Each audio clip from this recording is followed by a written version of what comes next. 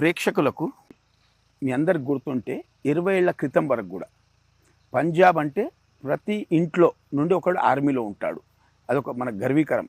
కానీ ఈరోజు చూస్తే ప్రతి ఇంట్లో నుండి ఒకరు విదేశాల్లో ఉన్నారు. ఆ విదేశాలకు పంపడానికి పై చదువులకు కానీ దేనికైనా తల్లిదండ్రులు పడే పాటలు, ఎడ్యుకేషనల్ లోన్ 7 లక్షల నుండి 14 లక్షలకు ఇల్లు మార్ట్గేజ్ చేసి తిప్పలు పడి అవస్థలు పడి పిల్లల్ని విదేశాలకు పంపుతున్నారు. తల్లిదండ్రులకు ఆ ఇబ్బంది కలిగించొద్దు, ఎడ్యుకేషనల్ లోన్ వైపు పోకూడదు అంటే నేను ఒక చిన్న ఉపాయం చెప్తాను. ప్రతి ఇంట్లో బ్యాక్యార్డ్ ఉంటుంది, గేట్ పక్కకు ఉంటుంది, పిచ్చి మొక్కలు ఉంటాయి, అశోక చెట్లు అవో ఇవో కాదు. ఒక ఇంట్లో 2 పిల్లలు ఉన్నారంటే 4 నుండి 6 శ్రీగంధం చెట్లు పెట్టండి. ఇవాళ ఎల్కేజీ ఉండొచ్చు, 6th క్లాస్ ఉండొచ్చు, 4th క్లాస్ ఉండొచ్చు. 15 సంవత్సరాల్లో ఒకటి తక్కువ ఇవ్వదు ఆదాయం. ఆ డబ్బుతో లోను లేకుండా విదేశాల చదివేటప్పుడు ఆ తల్లిదండ్రికి ఉండే ఆనందము, మీకున్న ధైర్యము ఎంత ఉంటుందో ఒక్కసారి ఇమాజిన్ చేయండి.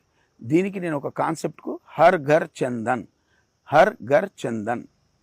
మొన్న MBU మోహన్ బాబు గారి యూనివర్సిటీలో యాన్యువల్ డేకు నేను వెళ్తే 20,000 స్టూడెంట్స్కు నేను చెప్పిన సీక్రెట్ ఫార్ములా ఇది ఒకటే.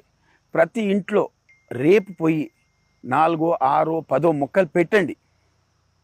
పెట్టి అది మీ ఫారిన్ ఎడ్యుకేషన్కు, ఇంటర్నేషనల్ ఎడ్యుకేషన్ పోయేటప్పటికీ ఆ చెట్టు నరికి దానికి వచ్చిన ఆదాయంతో మీరు శుభ్రంగా లోన్ లేకుండా పోవచ్చు. బ్యాంక్స్కు నచ్చకపోవచ్చు ఈ ఉపాయం నాది, వాళ్ళ బిజినెస్ దెబ్బతీయాలని కాదు. కాకపోతే అప్పులు కావద్దు. మా నాన్న టీచర్గా ఎన్ని అప్పులు చేసి మమ్మల్ని ఈ స్థాయికి తెచ్చిండో మాకు తెలుసు. అందుకు నేను ఒక స్లోగన్ ఏం పెట్టుకున్నా, హర్ ఘర్ చందన్.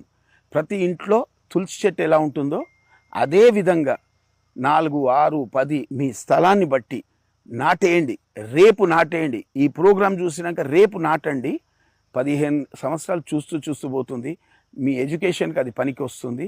ఇదే నా సందేశం. విన్నారు కదండి, శ్రీగంధం మీ పిల్లల భవిష్యత్తు కోసం ఎలా ఉపయోగపడుతుందో. హైదరాబాద్ లాంటి సిటీల్లో మీరు ప్లాంటేషన్ చేసుకోలేరు కాబట్టి మీకోసం మా USM ఇన్ఫ్రా వాళ్ళు ప్లాంటేషన్ ఉన్న DTCP RERA అప్రూవ్డ్ ప్లాట్స్ని ఇస్తున్నారు.